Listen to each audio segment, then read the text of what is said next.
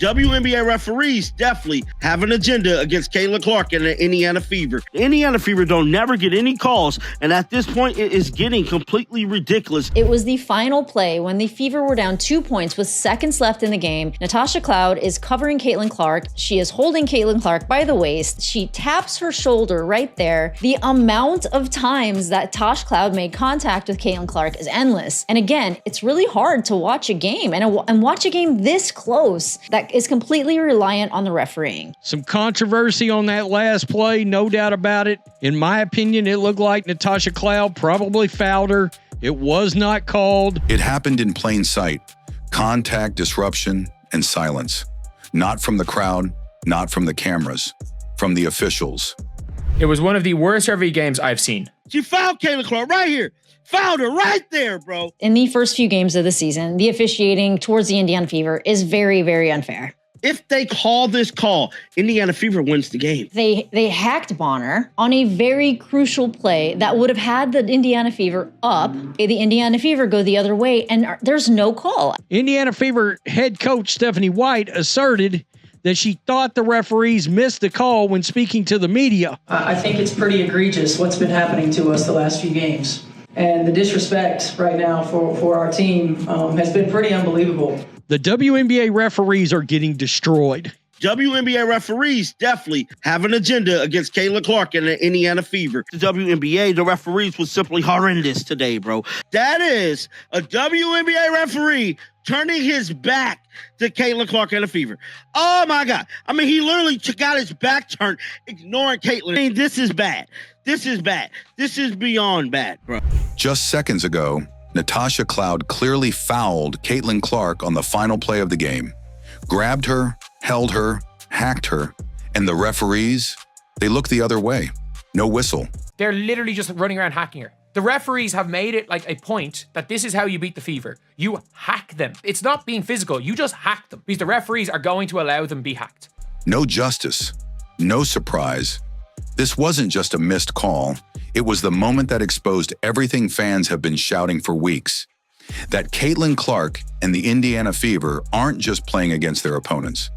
They're playing against the system. The referees love to swallow their whistles at that time, that part of the game. But then again, they did not swallow their whistles with the foul call on Lexi Hall against Sabrina Ionescu just 3 seconds earlier. And this time, the world saw it. Unfiltered, unfair, unbelievable. From the opening tip, it was clear. The Indiana Fever weren't just facing the New York Liberty. They were up against the whistle, too. The game was physical from the jump, but the difference in how it was called? Night and day. In this instance, there were similar fouls that were not getting called on the New York Liberty that were going towards the Fever. If you're going to call every ticky-tacky foul, okay, call it, but call it for both teams now. Every bump against New York drew a whistle. But when Caitlin Clark got hit, nothing. No calls, no recognition, no protection. She drove into the lane, took contact to the body, had her arm pulled, her shoulder grabbed, and still play on. The crowd could see it. WNBA referee situation is really bad. For breaking news hot off the press, so it looked like Stephanie White has called out the WNBA and the WNBA referees. Guys, for this one here, that is a WNBA referee turning his back to Caitlin Clark and the Fever. Oh, my God. I mean, he literally got his back turned, ignoring Caitlin. I mean, this is bad. This is bad. This is beyond bad, bro. The broadcast caught it, but the officials acted like it was invisible. This wasn't a one-off. It was a continuation of a disturbing trend. Clark being targeted physically while the referees stay quiet. In the first quarter, it was subtle. Hands in the back, off-ball bumps, a shove on a screen. But by the second half, it turned blatant. Right there was the foul on what should have been a foul call. And look at her face after this. Look at her face, because she knows she just got away with murder. She knows she just cheated. Fever are furious postgame. No call on Bonner. Then they call Hull for a foul. Then Clark thought she was fouled by Cloud on the final possession. They just want consistency. She fouled Caitlin Clark right here. Fouled her right there, bro. If they call this call, Indiana Fever wins the game. Natasha Cloud, one of the Liberty's toughest defenders, wasn't guarding Clark. she was mugging her. Full body contact, hand checking from the hip to the shoulder, holding her waist on drives. On any other star in the league, that's a whistle. On Caitlin Clark, just another ignored foul. I think it's pretty egregious what's been happening to us the last few games. A minus 31 free throw discrepancy. And I might be able to understand it if we were just chucking threes, but we're not. We're attacking the rim. And the disrespect right now for our team has been pretty unbelievable. The moment that made it undeniable came with seconds left on the clock. The Fever were down 2, and everyone in the arena knew the ball was going to Clark. She came off the screen, ready to rise for the shot, and Natasha Cloud was all over her. Grabbed her waist, bumped her shoulder, disrupted her motion. It was textbook defensive interference, and everyone saw it. This just proved everybody's point. They have an agenda against the Fever. There was 3 referees. None of them turned their head to even look at Caitlin Clark, acknowledge her at all. Except the people paid to see everything. No call, no foul, game over. Caitlin's reaction wasn't performative. It was pain, frustration, arms flung up, eyes locked on the ref in disbelief. She wasn't begging. She was demanding what any competitor deserves, a fair shot, and she didn't get it. It is fine to not call these fouls if you're going to call it physical both ways, but it's touch fouls on the Fever and physical against Fever. The post-game footage left no room for doubt. Frame by frame, it showed Cloud's arm across Clark's body. The way her motion was disrupted just as she was trying to rise for the game-tying shot. The thing about this game that really bothered me so much to no end is the fouls. And the Fever themselves were very upset in the post-game interview. Had it been called, 3 free throws, a chance to tie, a chance to win. But instead, the silence from the refs said it all. And in that silence, a star was denied. Not by her opponent, but by a system that keeps turning its back. WNBA referees definitely have an agenda against Caitlin Clark and the Indiana Fever. The Indiana Fever don't never get any calls, and at this point, it is getting completely ridiculous. Some controversy on that last play, no doubt about it. In my opinion, it looked like Natasha Cloud probably fouled her. It was not called. The silence from the referees wasn't just deafening, it was damning, because this wasn't the first time. Caitlin Clark and the Indiana Fever have been living this story every single night. Game after game, she's taking elbows, shoulder checks, and full-body collisions with no calls. But the moment she touches someone on defense, tweet, foul. The imbalance has gone from frustrating to outrageous. And the disrespect right now for our team has been pretty unbelievable. So it's disappointing, that it doesn't go both ways, or it hasn't gone both ways. But we also can't allow that to consume us, right? Like, we've got to be able to play through that. We've got to be able to control the things that we can control. Look back just 1 game before this. Against the Atlanta Dream, Clark was hacked from the opening possession. No protection, no consistency, and once again, no help from the officials. It's like teams have figured it out. You can do whatever you want to Caitlin Clark, and the refs will let it slide. And now, it's being exploited. Opponents are treating her like a punching bag because the league is letting them. The numbers back it up. I think it's pretty egregious what's been happening to us the last few games. The WNBA referees are getting destroyed. You got the most popular player in basketball, a top 5 most popular athlete in the United States of America, and that includes some NFL player, Patrick Mahomes and Josh Allen, and you got this athlete in a league that nobody's been watching, never turned a profit. Your system is broken against that team? Are you mental?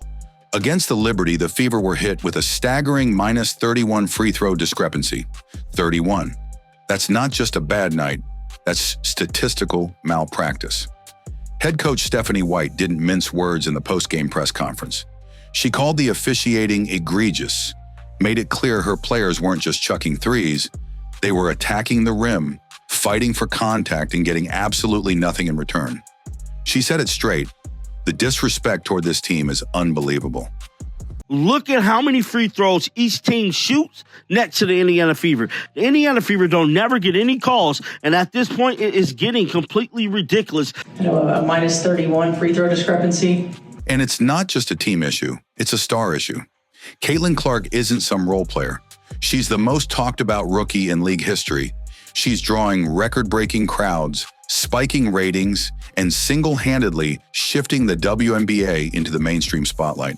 You know, for whatever reason, they decide to get themselves involved, whether it is actually malintent or maybe they just want to get themselves in the headline. A lot of players got the spotlight this season because of Caitlin Clark, not to mention just overall, Caitlin Clark brought millions, literally, more eyeballs to the league this season. Pretty exciting. One of the big reasons fans flock to State Farm Arena is, of course, the Caitlin Clark effect. The best player in America, the best shooter in America. Watch her play. She plays at a high level. She's going to break records nonstop for the next couple of years. She's the only one capable of taking nothing and making it something. The WNBA was nothing before Caitlin Clark.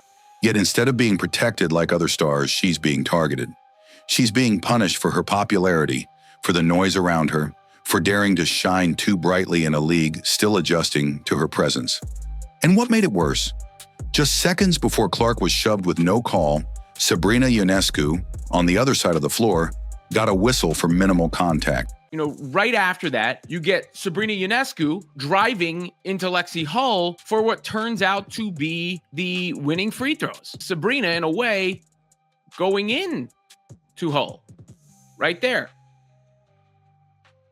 as you can see.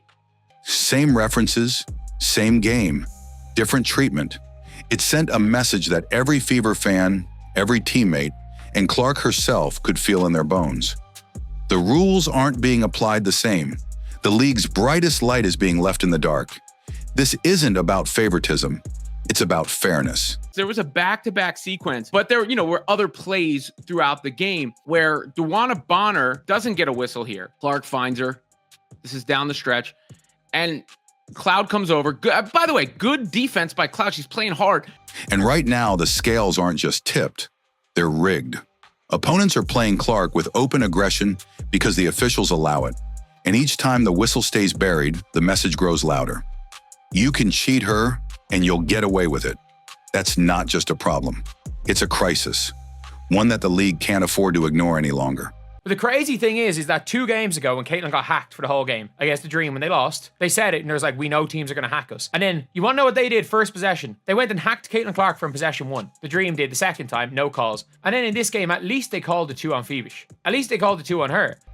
As the final play unraveled and Natasha Cloud wrapped her arm around Caitlin Clark's waist, you could feel it. The heartbreak, the fury, the disbelief. It was a defining moment, not just in a game, but in a growing narrative that's engulfed the league. Caitlin Clark is being targeted, and the officials are letting it happen. Right there was the foul on what should have been a foul call. And look at her face after this. Look at her face, because she knows she just got away with murder. She knows she just cheated. Clark's reaction said everything. She didn't scream. She didn't throw a tantrum. But the pain on her face, the clenched fists, the stare toward the baseline ref who refused to blow the whistle, it was raw.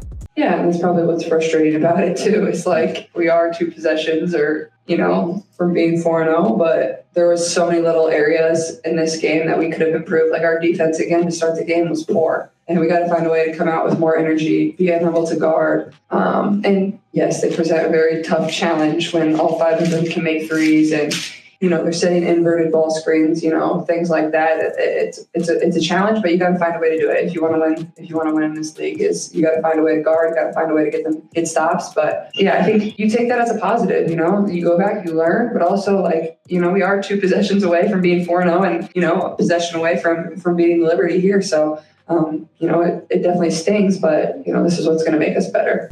She had fought for that moment.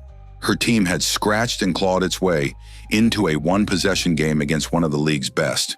And when she finally had the chance to take the shot that could have tied or won it, she was grabbed. She was fouled. She was robbed. The worst part? The replay confirmed it all. Clear contact, arm on her hip, hand across her shoulder. Clark couldn't even elevate into her shooting motion. And still, silence. The same silence that's followed her all season long. It's not just about one missed call, it's about a pattern, a culture that's quietly allowed a rookie sensation, who's brought more eyes to this league than any player before her, to be battered without consequence. accept officiating without letting it, I guess, affect how you go about and execute the rest of the game? Yeah, when it comes to accepting, it's like we don't really have a choice because they're going to call what they want to call. And like, look, Aaliyah's right with that. Aaliyah is 100% right with that. Head coach Stephanie White didn't hold back. She spoke what every Fever player was thinking. The disrespect right now for our team has been pretty unbelievable, but she didn't say it in anger. She said it in exhaustion. You could hear the fatigue in her voice. Because when the officiating becomes this lopsided, when it starts altering outcomes, it doesn't just affect records. It crushes morale. And still, Caitlin Clark showed grace.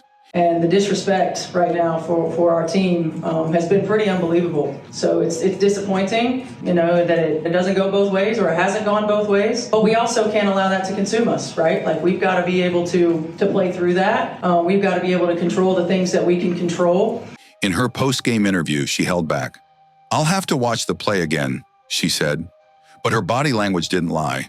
The weight of the injustice was all over her. She knew it. Her teammates knew it. The fans knew it. And social media? It exploded. Within minutes, the clip went viral. Fans, analysts, and former players called it what it was: a disgrace. The words robbery, cheating, and agenda were trending.